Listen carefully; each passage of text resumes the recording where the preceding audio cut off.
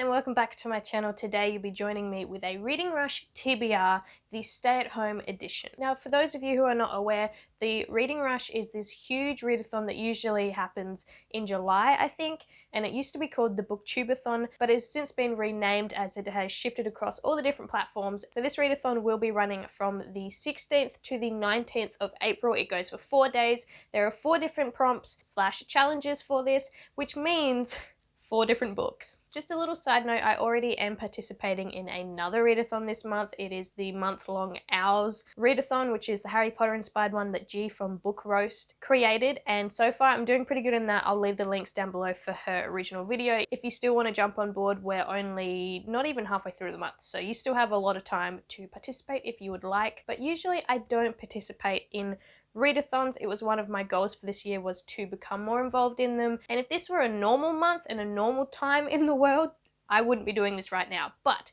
since we are all in self-isolation, I thought what better time to achieve some of these goals and read a lot of books. So I have in my bullet journal, I have my Reading Rush TBR sort of page, which I haven't finished off yet, but I like how it's looking. It's looking pretty cute. I will also just quickly mention that all the information that I have got about this little mini stay-at-home readathon has been from their Instagram page, which I will leave linked down below as well for you, so you can go and check it all out for yourself. But basically, they've just put up a list of 4 prompts, and we're going to go through those now, and I'm going to tell you what books I have chosen to fit what prompt, which prompt.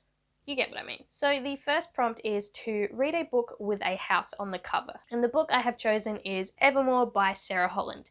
Now, it's not cheating because this could classify as a house. This is in fact a castle, but I'm going to count it because I really want to get around to finishing off this duology of hers. I liked the first book. The first book gives you sort of In Time, that movie with Justin Timberlake, those sort of vibes, so I am keen to continue on with that. Basically, time is currency in this world, and there is a royal family and a young girl and her position in that, and plots and fantasy elements, and it's great. So this gives me the opportunity to finish off the duology with this one because it's a castle. People live in castles. I'm counting that as a house.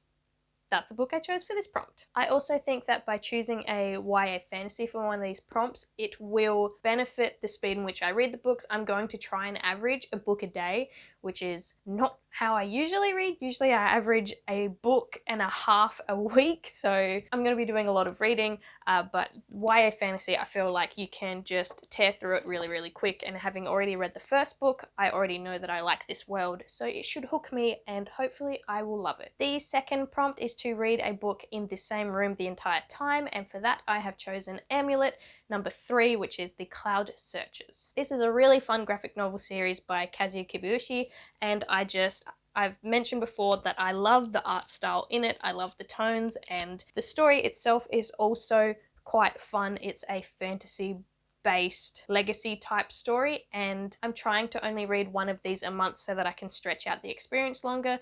But yeah, a fun little graphic novel is just what I need for this readathon, I think, because I'm gonna need something shorter to smash through and make me feel like I'm making a lot of progress. So this was a very strategical pick. I also considered this one for a house on the cover because again there is a castle, but again I was just going to say it was a house, but instead I think this one will be good for reading in the same room the entire time because I can probably just smash this one out in one sitting.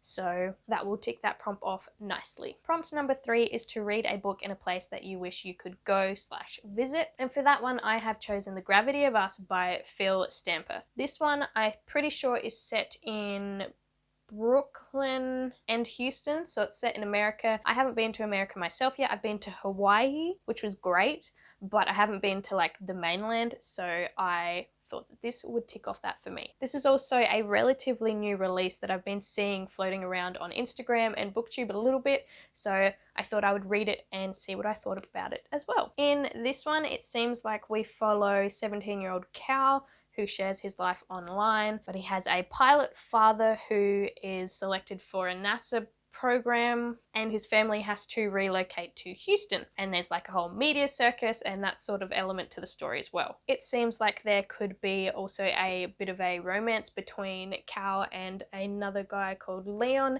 and I am excited to see how that goes as well. So I think I'm going to really like this one. I'm looking forward to a little bit of a romance aspect to the story, and I think that a YA contemporary on this list again is a good idea because this is just over 300 pages long, I think. So very excited to get around to this one as well. And then prompt number 4, the final prompt, is to read a book that will make you smile. Now this prompt was hard for me to fill because usually when I read books I don't go for something that will make me smile, I go for something that will wreck me. I've talked about this a little bit before. I go into books and I want them to just put me through it and basically feel as many things as they can make me. So I don't really look to books and want something like light and fluffy. Every now and again I do, but it's not like my number one goal when I'm reading. I want to read about a character that is going through it. So this prompt was a little bit tricky, but I decided to settle on some fairy tales possibly. So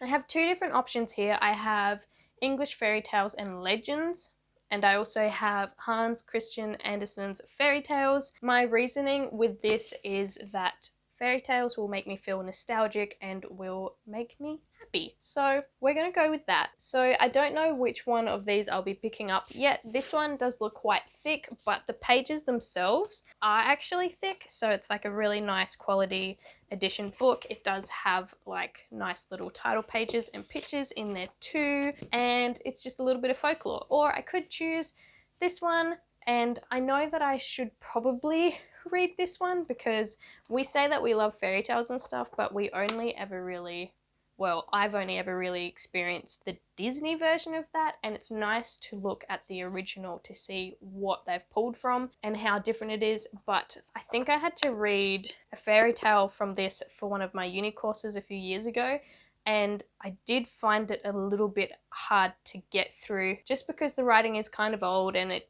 jumped all over the place, but this could be a good second chance for this. So I guess you'll see in hopefully my reading vlog which one of these I pick. So those are the books that I will hopefully be reading for the mini stay-at-home reading rush taking place at the end of this week. So I've only got a few days until it starts, and I'm a little bit nervous because I still have some books to read for hours, but also I'm excited because I think I've made some pretty good picks here, and I am just really keen to consume as many books as I can in the month of April. Reading is just a really great way to escape, and I think all of us need a little bit of escape at the moment in the present health climate. Also, yes, hopefully I will be vlogging my 4-day experience with this readathon.